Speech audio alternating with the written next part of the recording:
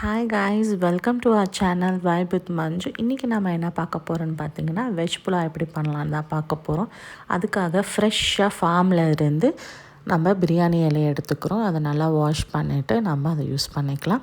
So இந்த veg pulao பார்த்திங்கன்னா ரொம்ப ஈஸி, ஆனால் ரொம்ப டேஸ்ட்டாகவும் இருக்கும். ஸோ கண்டிப்பாக இதை நீங்கள் ட்ரை பண்ணிவிட்டு எப்படி இருக்குன்ட்டு எனக்கு கமெண்ட் சொல்லுங்கள்.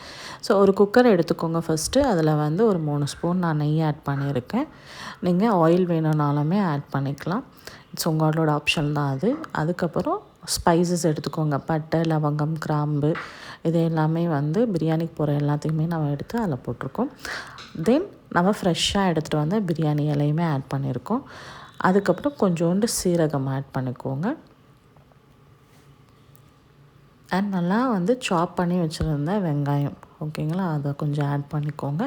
தக்காளி ஒன்று ஆட் பண்ணிக்கோங்க சின்னதாக. இது வந்து ஆப்ஷனல் தான், வேணும்னா ஆட் பண்ணிக்கலாம், இல்லைனாலுமே நல்லா தான் இருக்கும். அதுக்கப்புறம் கருவேப்பிலை, புதினா இது எல்லாமே ஆட் பண்ணி நல்லா வந்து கலந்து விட்டுக்கோங்க. தேவையான உப்புலாம் போட்டுட்டு மிக்ஸ் பண்ணிக்கோங்க.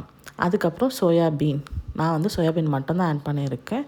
நீங்கள் வந்து வெஜிடபிள் கேரட்டு, பீன்ஸு இதெல்லாம் கூட நீங்கள் ஆட் பண்ணிக்கலாம். ஸோ சோயாபீன் போட்டுட்டு ஒரு பச்சை மிளகா போட்டிருக்கேன்.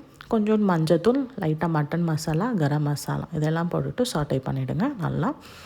அதுக்கப்புறம் 1 கப்பு அரிசிக்கு 2 கப்பு தேங்காய் பால் எடுத்திருக்கேன் நான். ஸோ தேங்காய் பால் வந்து நல்லா கொதிச்சதுக்கப்புறம் அரிசி போடுங்க. அரிசி போட்டுட்டு கொஞ்சம் நேரம் பொறுத்து ஃபுல்லாக சிம்மில் வச்சுட்டு 10 மினிட்ஸ் கழிச்சு நீங்கள் ஓப்பன் பண்ணி பார்த்தீங்கன்னா சூப்பரான வெஜ் புலாவ் ரெடி.